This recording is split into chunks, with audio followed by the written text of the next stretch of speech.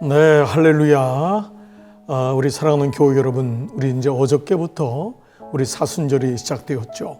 자, 이제 오늘은 사순절 둘째 날입니다.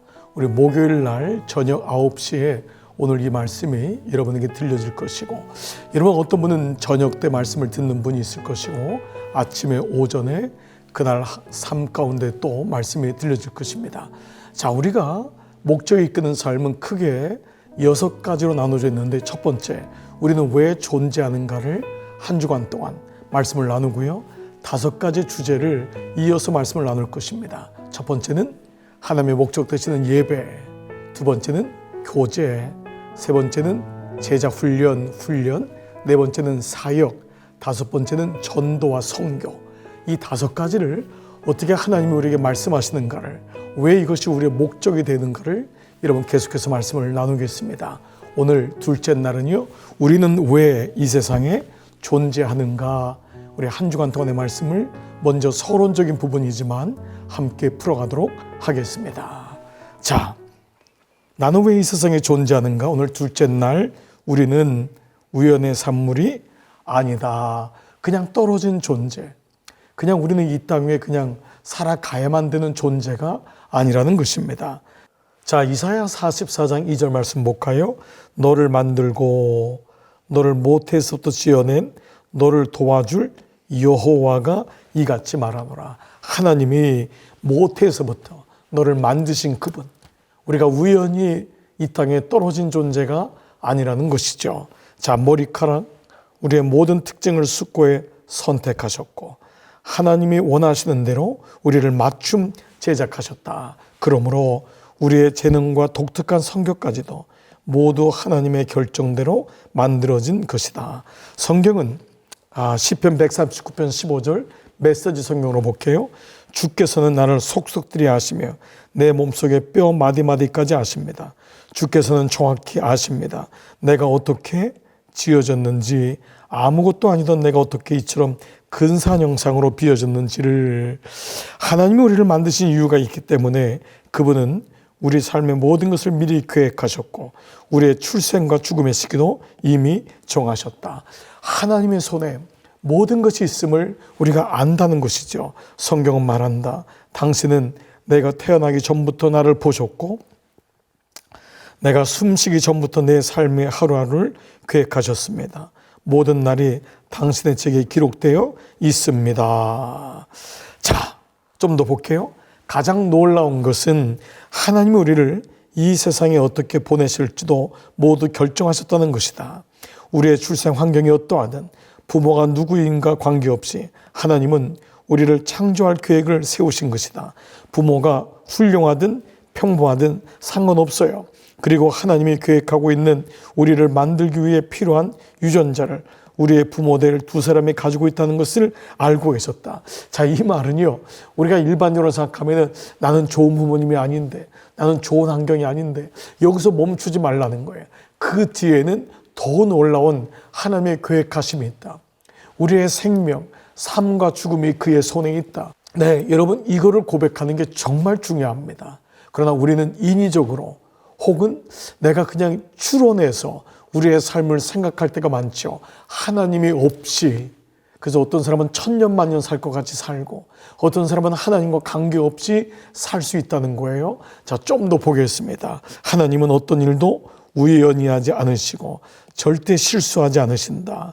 하나님이 창조하신 모든 것에는 이유가 있다. 모든 식물, 모든 동물도 하나님이 계획하셨고, 모든 사람 하나하나가 그분의 목적에 따라 만들어졌다.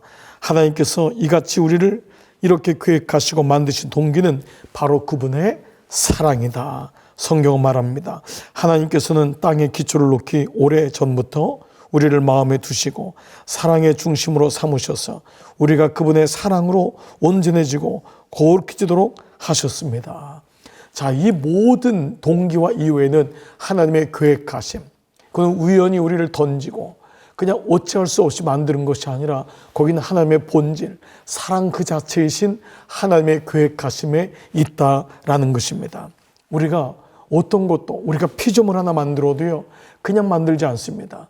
점토 하나를 만들어도 우리가 마음을 쓰듯이 하나님이 생명 되시는 당신의 형상대로 만드신 우리에게는 하나님의 사랑이 숨어 있다라는 거예요. 근데 세상의 메시지는 절대 그렇게 전하지 않습니다. 너는 그냥 땅에 떨어진 존재야.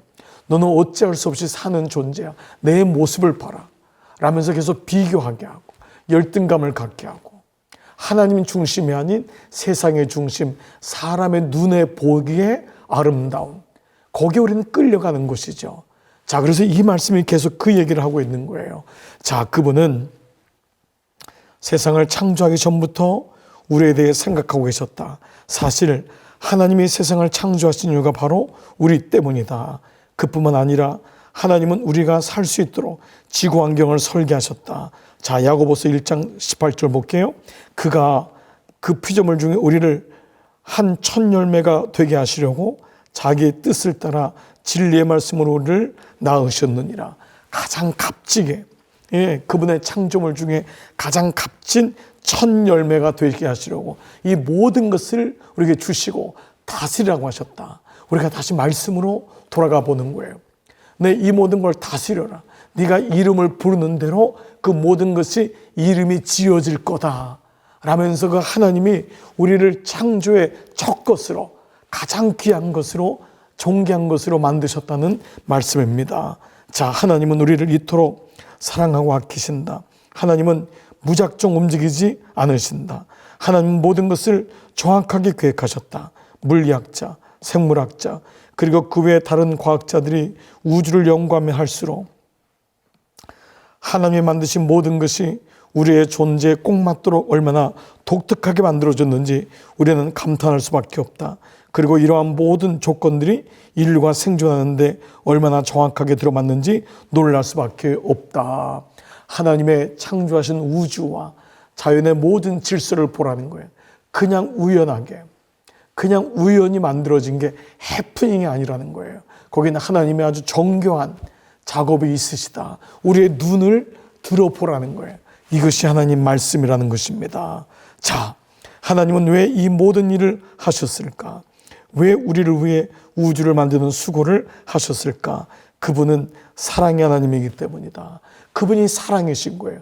이 사랑이란 것은 그분의 계획이, 마음이 있으시다라는 것입니다.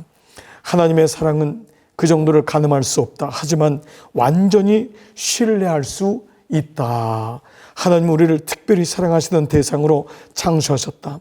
하나님은 사랑하시려고 우리를 만드셨고 우리는 그 진리 위에 우리의 삶을 세워야 된다.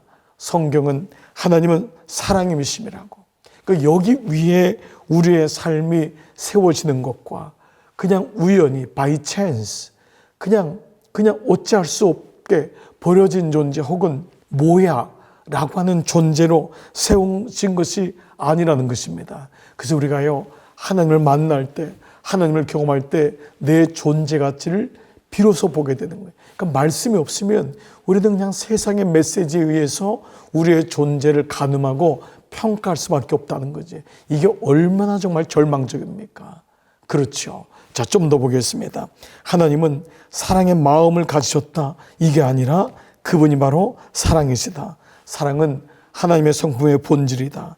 삼위일체의 교제에는 완전한 사랑이 있기 때문에 하나님 우리를 창조하실 필요가 없었다. 그분은 외롭지 않으셨다. 하지만 하나님은 당신의 사랑을 표현하시려고 우리를 창조하셨다. 그래서 하나님은 우리와 교제하시고 사랑하시려고 우리를 만드신 그런 존재가 우리라는 거예요. 그냥 하나님 따로 인간 따로가 아니라는 거예요. 그래서 하나님이라는 창조자가 없다면 우리는 모두 우연의 산물이 될 것이며 우주의 천문학적 경우의 수 가운데 그저 하나일 거라는 거예요. 만약 그것이 사실이라면 지금 당장 책을 덮어도 좋다. 그럴 경우 삶에는 어떠한 목적도 의미도 소중함도 옳고 그름도 없고 이 땅에 잠시 사는 것 외에는 아무런 희망도 없기 때문이다. 우리가 얼마나 많은 부분 하나님을 알지 못하고 말씀을 알지 못하는 가정 가운데 이렇게 살아왔어요. 그냥 사는 게 전부지 뭐. 그냥 사는 게 그냥 살아내야 되지. 여기서 멈출 수밖에 없다는 거예요. 하나님이란 단어가 우리에게 연결이 되지 않는다면 정말 우리는 그냥 우연한 산물이고 모든 것의 천문학적인 그냥 경우의 수 중에 하나일 수밖에 없다라는 거예요. 그러나 우리를 만드신 하나님이 계시기에 우리의 삶에는 매우 중요한 의미가 있다. 하나님이 사랑이시기 때문에, 그분이 우리를 만드신 분이기 때문에 우리는 피조물로서 그분과의 연계성이 있는 거예요. 그분이 없이는 우리가 없고, 하나님은 우리를 그냥 만들어진 어떤 공장의 부품 같은 것이 아니라 그분의 형상대로 그분의 좋은 것으로 만드셨기 때문에 우리 안에는 하나님과 연결될 수밖에 없다는 거예요.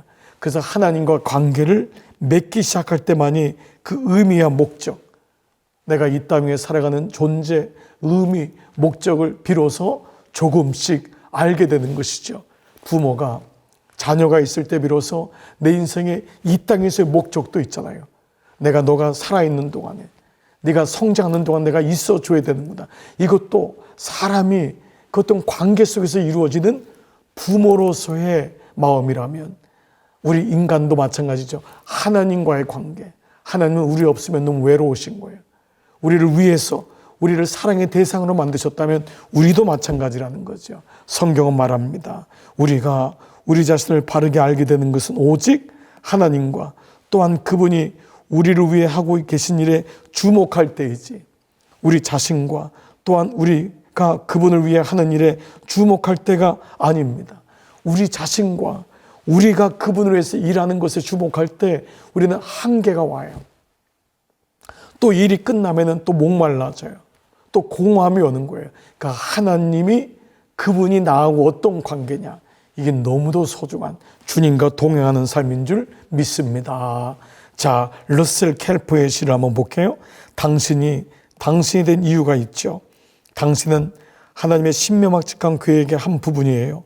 당신은 소중하고 완벽하고 독특하게 만들어졌으며 하나님이 당신을 그분이 특별한 남자와 여자로, 여자와 남자로 부르시죠.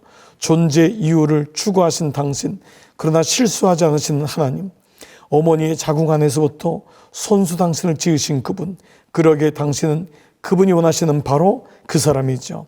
당신의 부모님도 그분이 선택했어요. 지금 당신이 어떻게 느끼든 하나님의 빈틈없는 계획대로 그분을 선택하사 그들의 손에 그분 주님의 확인 도장을 찍어주신 것이죠.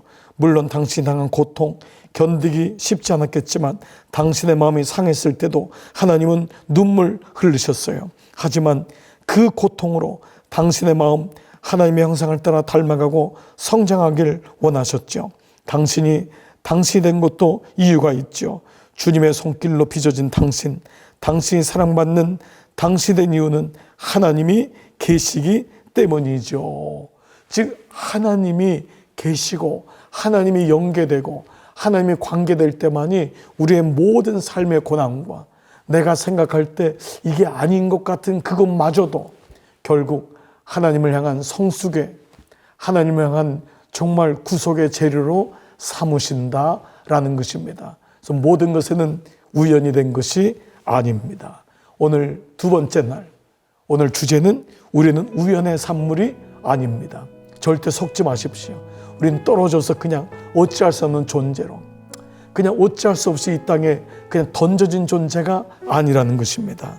나는 우연의 산물이 아닌 필연적인 하나님의 창조물이요, 하나님이 이 땅에 목적을 두시고 이 땅에 보내신 것입니다.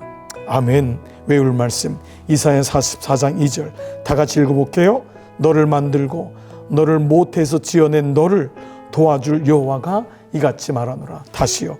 너를 만들고 너를 모태에서 지어낸 너를 도와줄 여호와가 이같이 말하노라. 하나님이 말씀하신 줄 믿습니다. 자, 적용 질문해 보겠습니다.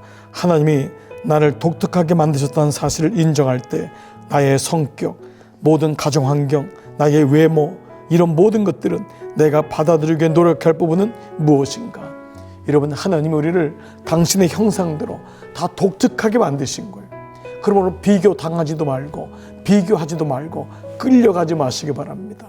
그래서 여러분, 주님께서 원하시는 삶을 우리는 살아낼 때 나만의 정말 창조적인 삶, 피조물 중에 정말 나는 나대로 독특하게 만들어진 존재임을 기억하면서 오늘도 하나님이 나를 왜 이 세상에 존재케 하셨는가, 이 삶의 목적이 다시금 새겨지는 귀한 시간이 되기를 축복합니다. 오늘도 하나님과 교제하시고 하나님을 생각하시고 잠드시고 깨어났을 때도 그 마음을 가지고 은밀히 또 은연중에 묵묵히 하나님을 묵상하시면서 살아가시는 한 날 되시기를 주의 이름으로 축복합니다.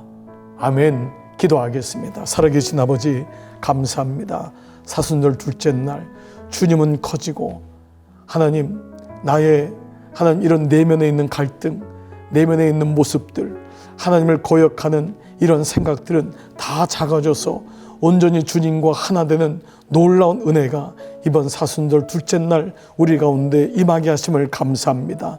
예수 그리스도의 사랑을 정말 깊이 경험하고 그 사랑 속에 내가 어떠한 존재인지를 깨달아 내가 왜 이 세상에 존재하는가, 나는 우연의 산물이 아님을 기억하며 오늘 한 날도 승리하게 하여 주시옵소서. 예수님의 이름으로 축복하며 기도드리옵나이다. 아멘. 아멘. 여러분 수고하셨습니다. 오늘 한 날도 여러분 잘 마무리하시기를 기도합니다. 아멘. 안녕히 계십시오.